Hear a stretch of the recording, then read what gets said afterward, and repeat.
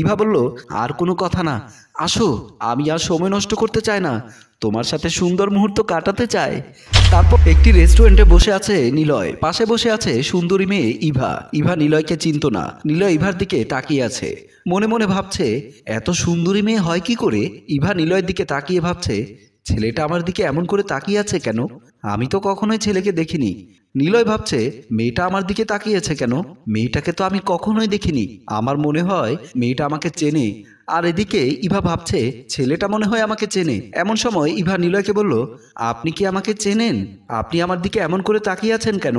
নিলয় বলল, আমার মনে হচ্ছে আপনাকে আমি কোথায় দেখেছি। আপনাকে কোথায় দেখেছি বলুন তো? ইভা বলল, সরি, আমি আপনাকে কোথাও দেখিনি, আপনি একটু বেশি বলে ফেলছেন। এমন সময় রেস্টুরেন্টে আসলো এক বয়স্ক লোক। লোকটি ইভার পাশে বসলো। ইভা লোকটিকে বলল, এত দেরি করেছেন কেন? আপনার জন্য আমি কত সময় ধরে অপেক্ষা করছি। মোমিন সাহেব বলল, সরি, আমার একটু লেট হয়ে গেছে। ইভা বলল, এখন কোথায় যাবেন? মোমিন সাহেব বলল, তোমার জন্য একটা সুন্দর জায়গা আমি বাছাই করে রেখেছি, জায়গাটা আমাদের জন্য অপেক্ষা করছে।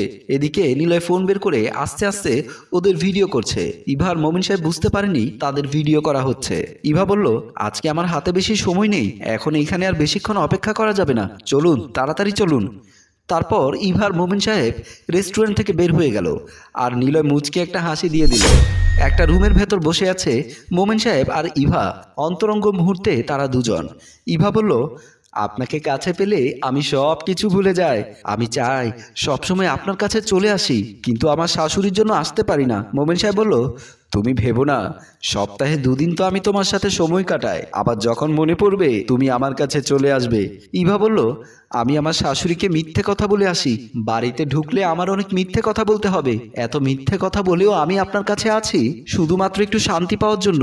আপনি অনেক শান্তি দিয়েছেন। মোমিন সাহেব বলল, তাহলে কি কথা বলে কাটিয়ে দেবে, নাকি তুমি আমাকে একটু সময় দেবে? ইভা বলল, আর কোনো কথা না, আসো, আমি আর সময় নষ্ট করতে চাই না। সাইফুল দোলা বেগমকে ফোন করলো। দোলা বেগম তখন ড্রয়িং রুমে বসেছিল। দোলা বেগম ছিল সাইফুলের মা। সাইফুল বিদেশ থাকে, কয়েক বছর হয়েছে বিদেশ গিয়েছে সাইফুল। বিদেশে অনেক কষ্ট করে, তবুও দেশের মাটিতে ফিরে আসে না।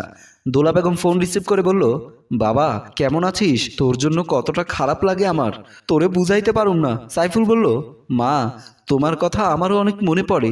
যখন মনে পড়ে তখন আমার বুকটা ফেটে যায়। তোমার বৌমা কোথায়? ইভার কথা জিজ্ঞেস করার পর দোলা বেগম কিছুটা চুপ হয়ে গেল। সাইফুল আবার বলল, মা, কথা বলছো না কেন? ইভা কোথায়? দোলা বেগম বলল, বৌমা রান্নাঘরে রান্না করছে, বৌমা ভালো আছে, বৌমা তোর সাথে কথা বলতে চেয়েছিল।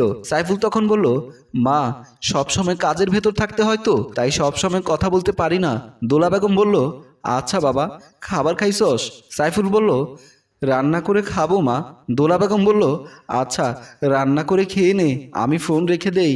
এ কথা বলে ফোন কেটে দিল দোলা বেগম। মনে মনে ভাবছে, বৌমা বাড়িতে নেই, এটা যদি সাইফুল জানতো তাহলে মন খারাপ করত। এমন সময় দরজার কলিং বেল বেজে উঠল। দোলা বেগম সোফার উপর থেকে গিয়ে দরজা খুলে দিল। দরজা খুলে দিয়ে দেখতে পেল দরজার ওপারে দাঁড়িয়ে আছে সাইফুলের বউ ইভা। দোলা বেগম বলল, তোমাকে আমি কতদিন বলেছি এমন করে কোনোদিনও তুমি বের হবে না? ইভা বলল, মা, আমি তো আপনাকে আগেই বলে দিয়েছি, আমার মনে যেটা ভালো মনে হবে আমি তাই করব। দোলা বেগম জিজ্ঞেস করলো, তুমি কোথায় গিয়েছিলে? ইভা বলল, আমি আমার এক বান্ধবীর কাছে গিয়েছিলাম। দোলা বেগম বলল, তুমি তোমার বান্ধবীর কাছে গেলে শাড়ি পরেও যেতে পারতে, তাহলে এমন করে তোমার যেতে হতো না। ইভা বলল, মা, আমাকে ঘরে যেতে দিন, আমি অনেক ক্লান্ত, বাহির থেকে এসেছি, আমি একটু ঘরের ভেতর গিয়ে রেস্ট করব। এই বলে ইভা ঘরের ভেতর চলে গেল। দোলা বেগম বলল, আমার ছেলে কত কষ্ট করছে বিদেশের মাটিতে, আর বৌমা এখানে আনন্দ করে যাচ্ছে। গোসলখানায় গোসল করছে ইভা, আর মনের সুখে গান করছে। ইভা মোমিন সাহেবের সাথে সময় কাটানোর পর গোসল ফরজ হয়েছে। ফরজ গোসল করছে ইভা। মোমিন সাহেবের কাছে যখন যেত বাসায় এসে গোসল করত ইভা, আজও তাই করছে। এমন সময় ঘরের ভেতর আসলো ইভা শাশুড়ি। ইভা শাশুড়ি ঘরের ভেতর গিয়ে দেখতে পেল ড্রেসিং টেবিলের সামনে অনেকগুলো টাকা পড়ে আছে। দোলা বেগম টাকাগুলো হাতে নিয়ে বলল, বৌমা, এতগুলো টাকা পেলে কোথায়? বাথরুমের ভেতর থেকে বলল, কে এসেছো ঘরের ভেতরে? দোলা বেগম বলল, বৌমা, আমি এসেছি একটু তোমার বিছানা গুছিয়ে দেওয়ার জন্য। ইভা বলল, মা, আপনার বিছানা গুছাতে হবে না, আমি গুছিয়ে নেব, আপনি চলে যান। দোলা বেগম বলল, আচ্ছা বৌমা, আমি চলে যাচ্ছি, তুমি গোসল শেষ করে তারপর বিছানা গুছিও। তারপর বিছানার উপর টাকাগুলো রেখে দোলা বেগম চলে গেল, আর ইভা গোসল করছে। ইভা তখন বলল, আমার 50,000 টাকা লাগবে। মোমিন সাহেব বলল, তুমি টাকা চিন্তা করো না, আমি তোমার টাকার মেশিন। তুমি যখন টাকা চাইবে আমি তোমাকে টাকা দেব। এখন আমার কাছে তুমি টাকা চাইলে এক্ষুনি টাকা নিতে পারবে।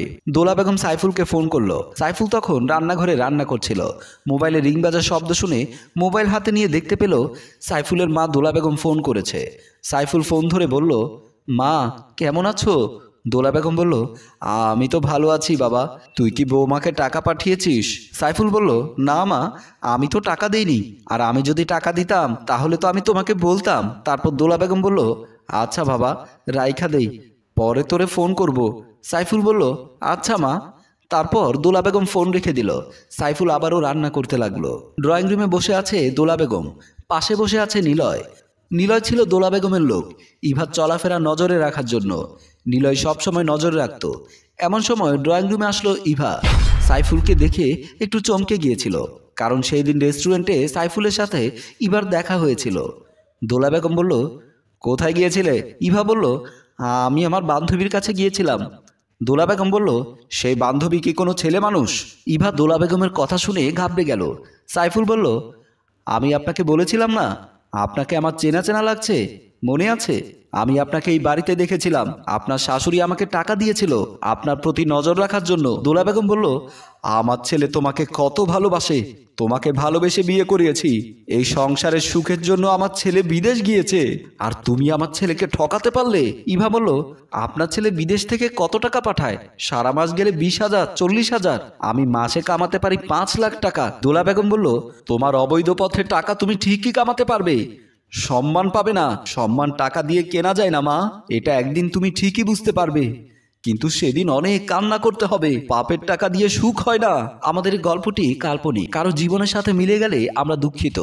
গল্পটি আপনাদের ভালো লাগলে লাইক, কমেন্ট, শেয়ার করে পাশেই থাকুন। ধন্যবাদ।